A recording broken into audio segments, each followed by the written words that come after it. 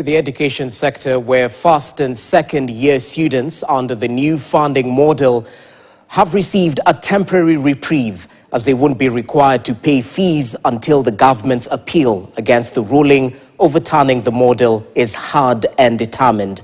The decision is a major relief to students who have been disenfranchised after the court declared the funding model illegal and unconstitutional. Ann Musungu reports. The move by the government comes at a time when there is still confusion over the new funding model after court outlawed it last December.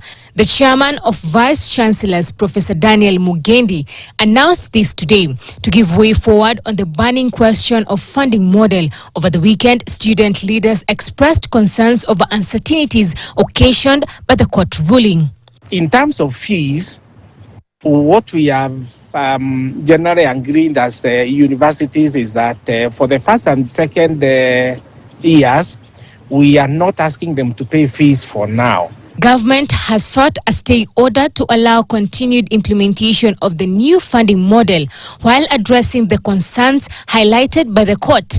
The move seeks to refine the system to ensure it aligns with court orders while maintaining financial support for students during the transition.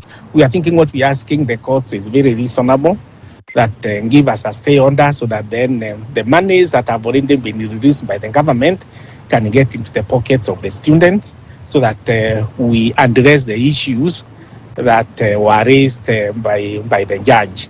Indeed, the issues that were raised by the judge, yes, they can be addressed, but they require time.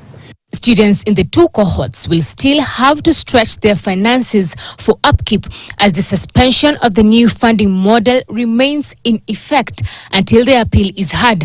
They must navigate the financial strain of daily expenses without the anticipated support from the halted program. The Kenya Union of Post-Primary Teachers, however, urges the government to revert to the previous funding model, arguing that the new one has already proven ineffective.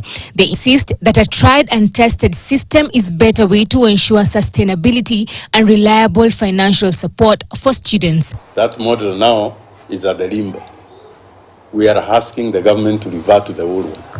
In December last year, Judge Muita halted the new funding model, declaring it unconstitutional. He said it was discriminatory and that no public participation was done before its implementation. He said that such crucial policies should be inclusive and fair to all students. Ann Musungu, KTN, Nairobi.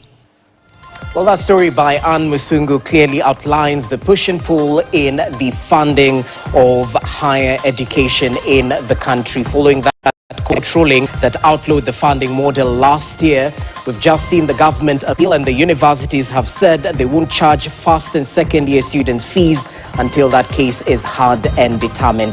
That's the source of our Big Q tonight, where we ask you, should the government discard the university funding model? Should the government do away with the university funding model and perhaps revert back to the old model?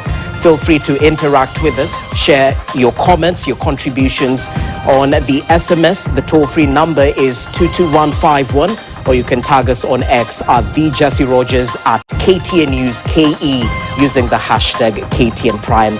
We'll definitely sample your feedback in the course of this live broadcast. We take a short break now. When we come back, we talk to Mausi Segun, the Africa Human Rights Watch Director, on the just released Human Rights Watch report.